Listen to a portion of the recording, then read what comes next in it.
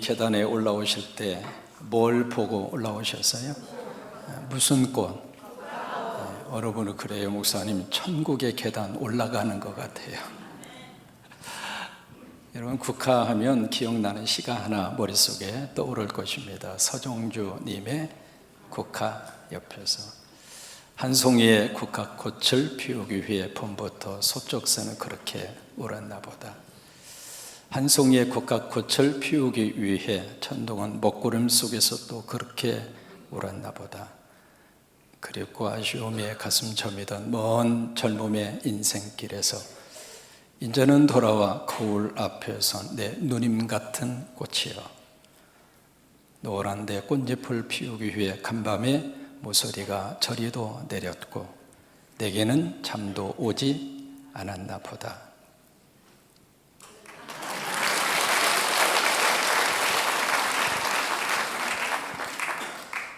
여러분, 꽃 한 송이가 어느 날 갑자기 저절로 우연히 그렇게 피어나죠. 우리 인생도 똑같아요. 앞으로 여러분 인생에 찬란한 그 꽃이 언젠가는 피어오르게 될 것입니다.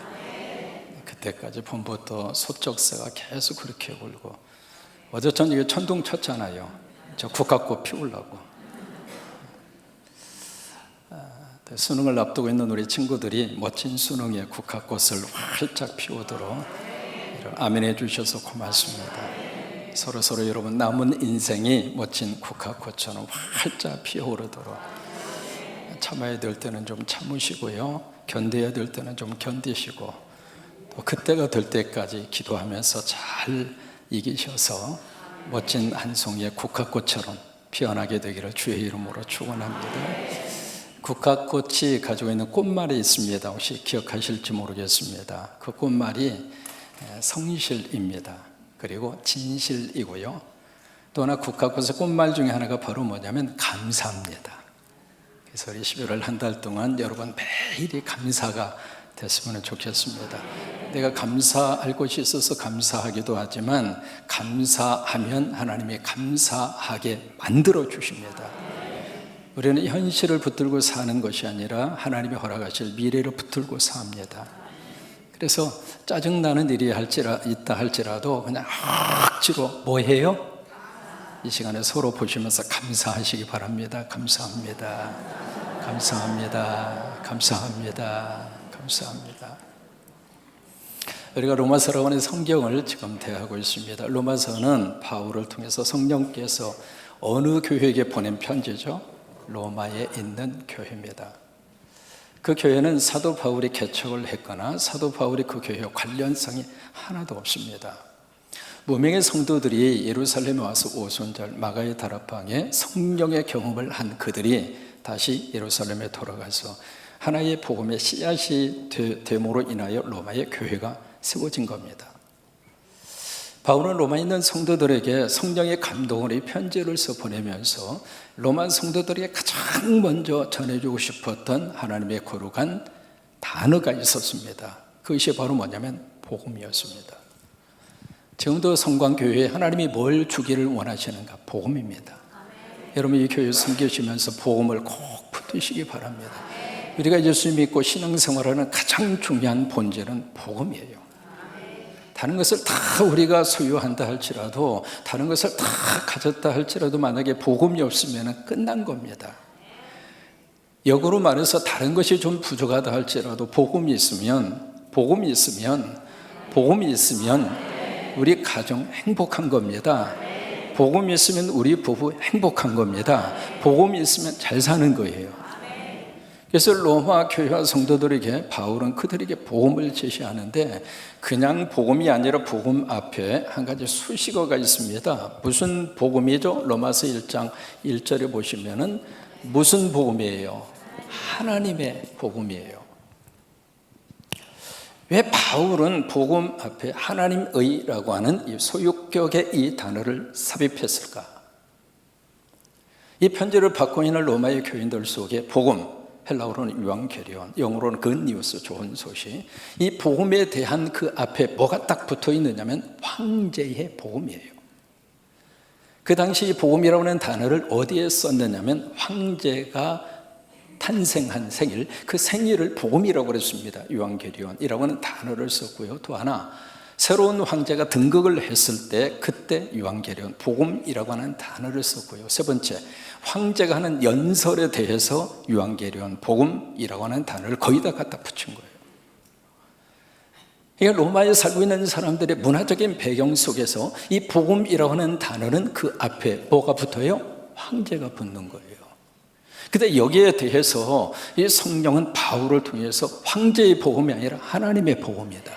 하나님의 복음이다. 복음이라 해서 똑같은 복음이 될 수도 없고 되어서도 안 된다, 그 말이에요. 복음은 복음인데 무슨 복음인가? 하나님의 복음. 이 소유격으로 쓰고 있는 하나님의라고 하는 이 단어는 두 가지로 해석을 해야 돼요. 첫째로 하나님이 주시는 복음, 황제가 주는 복음이 아닙니다. 땅이 주는 복음이 아닙니다. 세상이 주는 복음이 아닙니다. 내가 만들어갈 수 있는 복음이 아닙니다. 두 번째로 하나님의 복음이라고 하는 것은 바로 하나님으로부터 시작이 된 좋은 소식. 그래서 하나님의 복음이에요. 로마의 백성들은 황제에게서 들려오는 소식이 그들에게 있어서는 너무 좋은 소식이었습니다. 예를 들면 황제가 배급량을 늘려주겠다. 백성들 입장에서는 너무 좋은 소식이죠.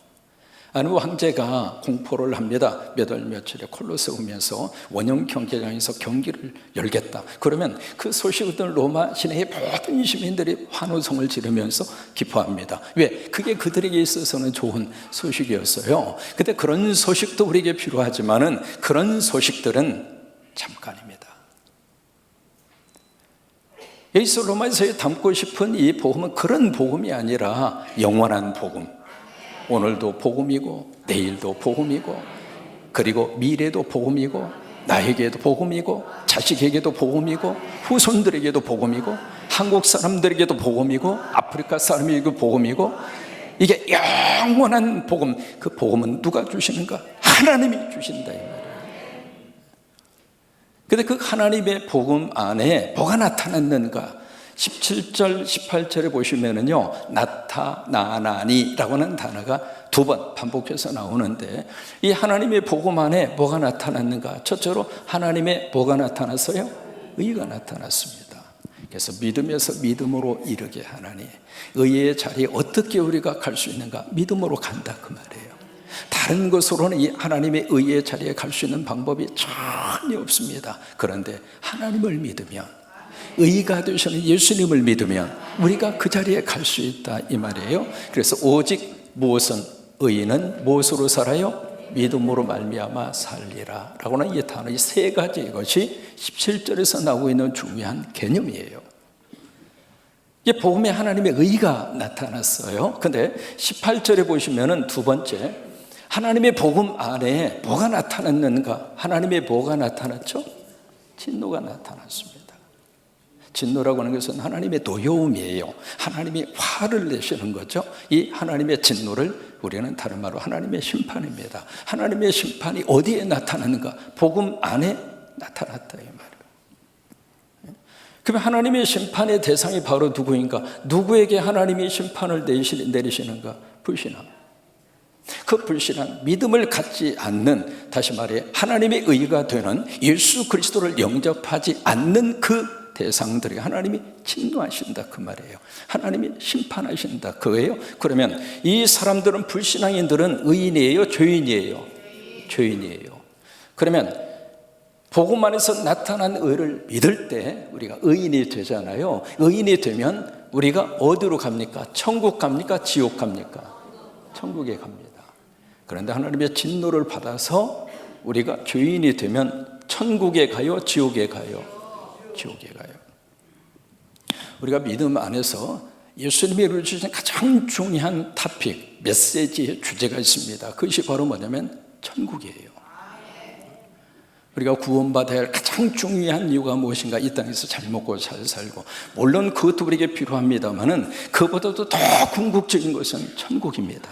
여러분 예수 믿으시고 다 천국 가셔야 합니다. 어떤 일이 있어도 지옥은 가지 마십시오. 땅의 생명은 제한적인 생명을 우리가 살지만, 그렇죠?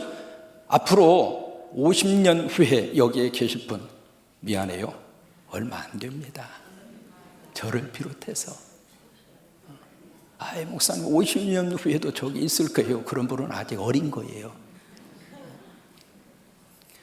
이 땅에서의 생명이라고 하는 것은 지극히 제한적인 생명을 우리가 살아요. 그래서 그 생명을 살고 난 다음에 그 다음에는 그것으로 끝나는가? 그게 아닙니다. 영원한 생명이 있습니다. 그 영원한 생명이 천국과 지옥입니다. 우리가 천국은 어떻게 가는가? 의가 되시는 그리스도를 믿음으로 하나님의 자녀가 돼서 우리 천국 가는 거예요. 믿으시면 아멘. 그렇게 해서 우리는 천국 가는 겁니다. 그런데 천국에 가지 못하는 사람은 어디에 떨어지는가? 지옥에 떨어져. 예수님은 만약에 손이 범죄하거든 손을 잘라버려라. 그 희생을 치러서라도 지옥은 가지 말아라. 그게 예수님이 우리에게 주시는 말씀입니다. 어떤 일이 있어도 여러분 믿음 안에서 그리스도를 붙잡고 천국 가셔야 합니다. 지옥에 떨어지면 안 돼요. 왜냐하면 천국과 지옥은 영원하기 때문에 그 자리에 한번 떨어지면 끝이란 말이에요. 근데 이 복음 안에 바로 그와 같은 것이 어디에서 나타나는가? 복음 안에서 나타나는 거예요. 여기서 우리들 한 가지 착각하고 있는 게 있어요. 뭐냐면 복음 하면 머릿속에 들어오는 이미지가 하나 있습니다. 뭐냐면 하나님의 사랑. 그래서 복음하면 무조건 사랑으로 막 끌고 가거든요. 여러분, 그게 틀린 건 아닙니다.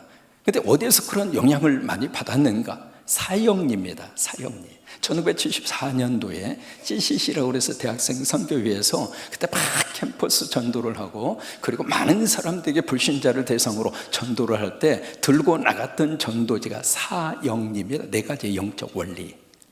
그것을 가지고 이제 전도를 해서 많은 사람이 복음으로 들어오고 교회로 들어온 것은 사실이지만은 그 첫 번째 원리가 바로 뭐냐면 하나님은 당신을 사랑하십니다.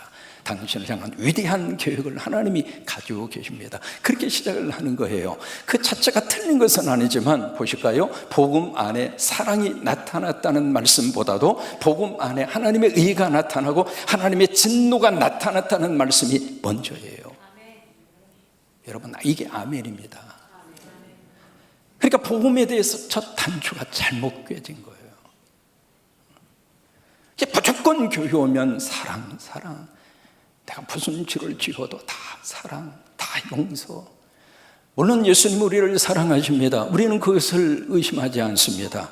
나를 사랑하시고 나를 용서하시고 그것은 우리가 아멘하고 믿습니다만은 계속해서 우리가 똑같은 죄를 반복하면서 주님이 나를 사랑하시니까 난 괜찮아. 주님이 나를 용서해 주시니까 골백번 죄를 지어도 난 괜찮아. 난 예수 믿고 천국 가면 되지. 그런 식으로 신앙생활을 한다면 여러분 복음에 대해서 첫 단추가 잘못 깨진 거예요. 오늘 로마서는 복음의 사랑이 나타났다. 그 말씀을 선포하기 전에 복음 안에 뭐가 나타났는가? 하나님의 의가 나타나고 하나님의 진노가 나타났다고. 그래서 예수님이 회개하라. 이게 예수님의 첫 번째 선언이잖아요. 회개하라. 천국이 가까이 왔다. 회개는 어쩌다 한번 하는 것으로 생각해요.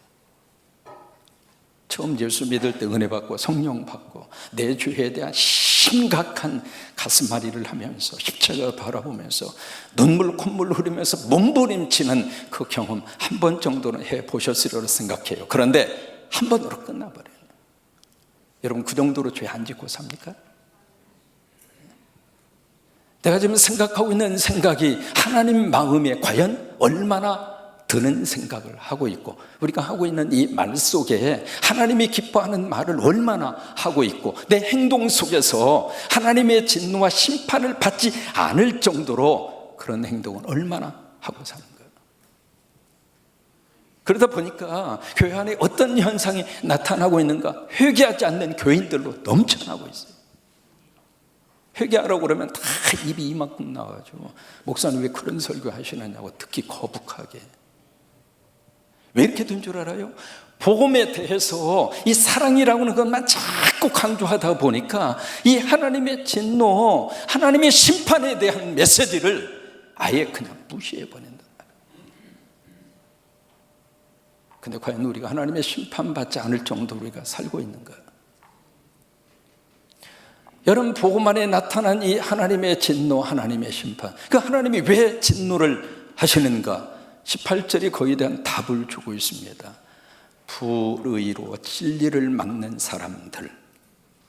그 불의라고 하는 게 바로 뭐냐면 죄예요, 죄.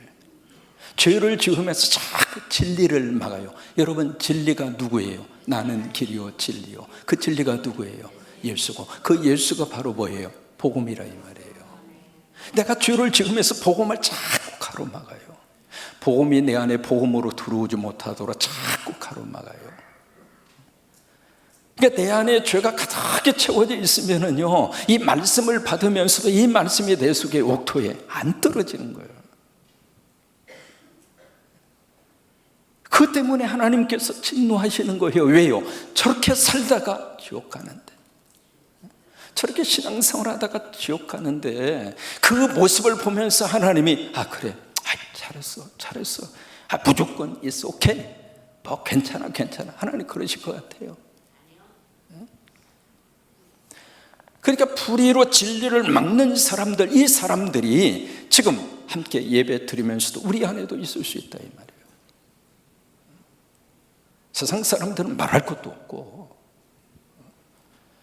그러면 그런 사람들에게 어떤 죄를 그들이 범하는가? 두 가지 죄를 범해요. 첫째, 경건치 않음의 죄. 이것이 바로 19절에서 25절까지예요 19절에서 25절을 여러분들이 쭉 이렇게 읽으시면은요, 거기서 가장 많이 나오는 단어가 하나님이에요. 하나님. 여러분, 19절에서도 뭐예요? 하나님을 알만한 것을 하나님이 다 보여주셨는데, 그걸 계시라고 그래요. 하나님의 계시를 통해서 다 보여줬는데 그 하나님 알만한 것을 알면서도 거부해요.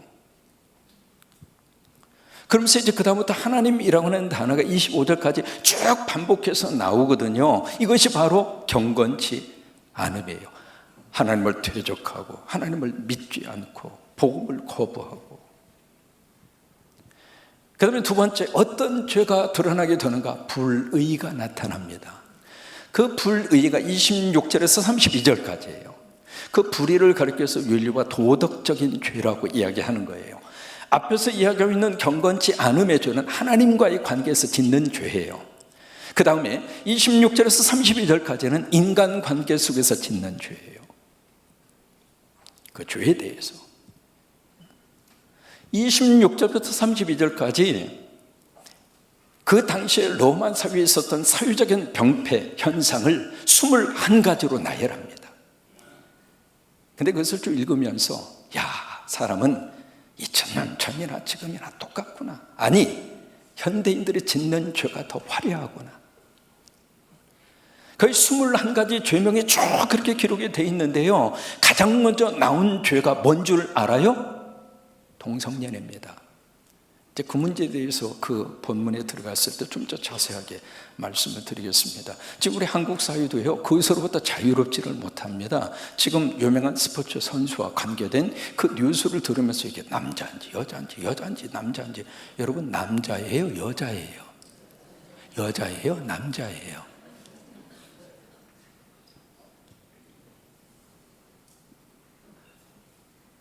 그게 이제 이 불의로 진리를 막는 이 땅에서 벌어지는 현상들이라 그 말이에요. 그런 것들에 대해서 하나님이 어떻게 하시는가? 진노하신다 그 말이에요. 그러면 언제 이 진노가 나타나게 되는가? 여기에 나타나나니라고 하는 이 단어 17절에서도 나타난다, 18절에서도 나타난다. 그 단어의 뜻이 이 헬라어 동사 시제라고 그래서 그 시제가 굉장히 중요합니다. 이 성경을 해석하는 사람은요, 그 동사 시제를 분명히 확인을 해야 돼요. 그 동사 시제가 바로 뭐냐면 현재형이에요. 헬라어의 현재형은 진행 상태를 말합니다. 하나님의 심판이 언제 나타나는가? 마지막 날 말세? 아니에요. 지금 나타나는 거예요. 우리 삶의 자리에서 매일매일마다 하나님 앞에서 짓는 이 경건치 않음의 죄와 인간관계 속에서 나타나는 이 불의의 윤리와 도덕적인 죄에 대해서 하나님이 진노하시고 심판한다 이 말이에요. 우리가 18절의 말씀을 깊이 묵상하면서 여러분 두 가지는 꼭 기억하시기 바랍니다. 따라서 한번 하십니다. 하나님은 크게 하세요. 하나님은 죄를 미워하신다. 또 따라하세요. 하나님은 죄를 심판하신다.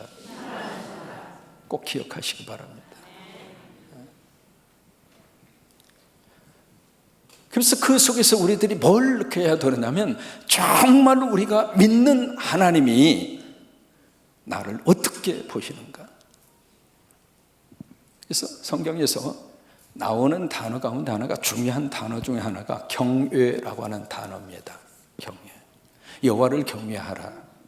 여러분 그 단어 구약 성경뿐만이 아닙니다. 신약도 마찬가지입니다. 이 단어 굉장히 많이 나오거든요.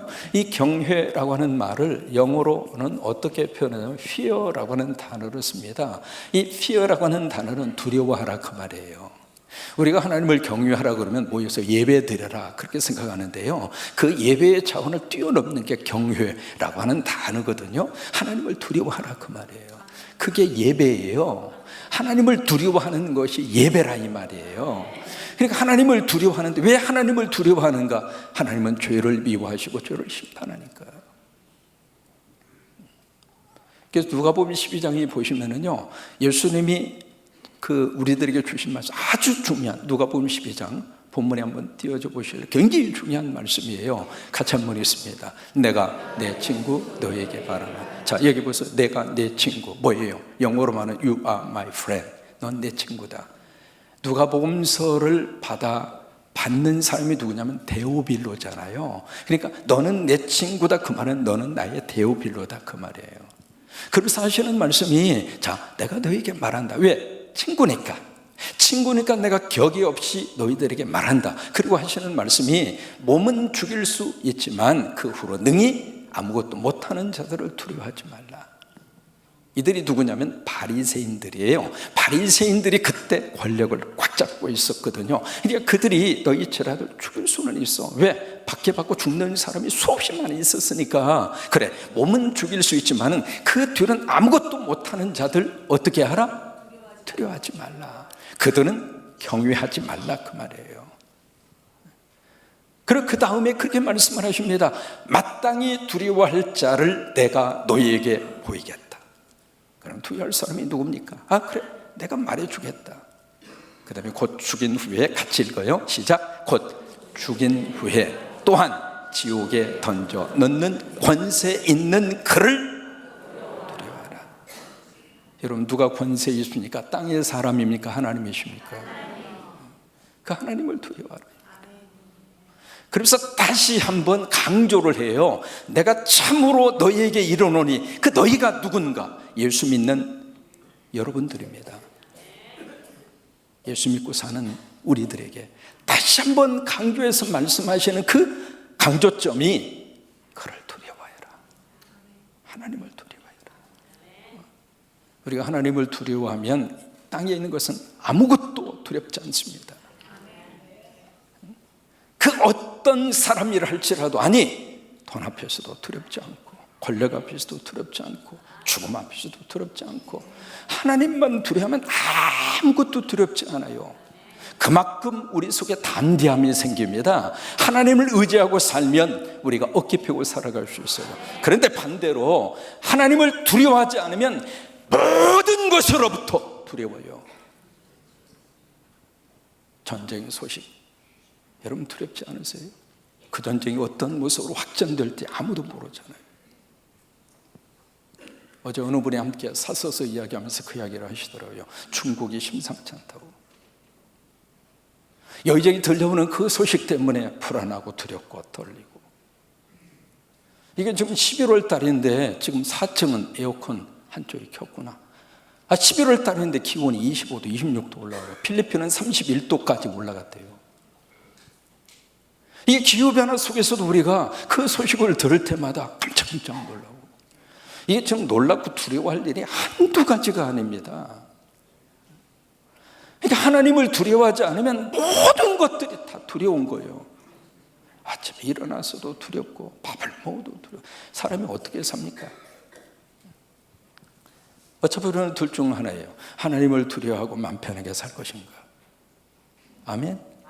하나님을 두려워하고 하나님 의지하고 담대하게 살아갈 것인가. 아니면 하나님을 두려워하지 않고 모든 것을 두려워하면서 그 속에서 우리가 살 것인가. 왜 우리가 하나님을 경외하고 두려워해야 하는가? 하나님이 진노하시니까, 하나님의 심판을 내리시니까. 그래서 우리가 매일매일 하나님의 진노와 심판, 그것을 기억하고 그 하나님을 두려워하면서, 그게 신앙생활입니다.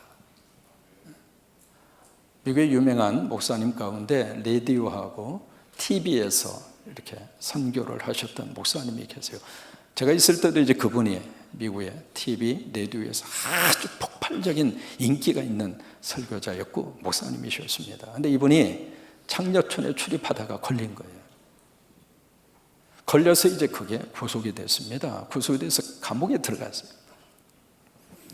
도대체 그렇게 많은 은혜를 끼치고 많은 성도들에게 복음의 메시지를 전했던 그 목사가 어떻게 하다가 창녀 출입하다가 걸려가지고 감옥에 들어갔을까? 여러분 이해가 되십니까?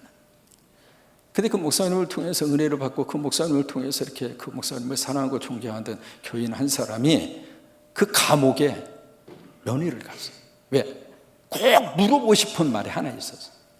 그래서 면회를 가서 그 목사님에게 질문을 합니다. 목사님, 하나님 사랑하셨어요? 나 그거 꼭 물어보고 싶다고. 만약에 당신 하나님을 사랑했다면 그 라디오에서 TV에서 그 거룩한 하나님의 말씀을 증거하고 그렇게 많은 영적 영향을 미친 그 당신이 어떻게 이럴 수 있겠느냐. 이제 그런 마음이 들어서 이렇게 질문을 던진 거예요. 당신 정말 하나님을 사랑했냐고. 그분이 뭐라고 답변한 줄 알아요? 나 하나님을 사랑했습니다. 그런데 하나님을 두려워하지 않았습니다. 여러분 그렇게 되는 거예요. 우리가 하나님을 사랑하는 것으로 끝나면 안 돼요. 하나님을 두려워하셔야 돼요. 그래야 영적 생활에서 우리가 승리하고 살아갈 수 있어요.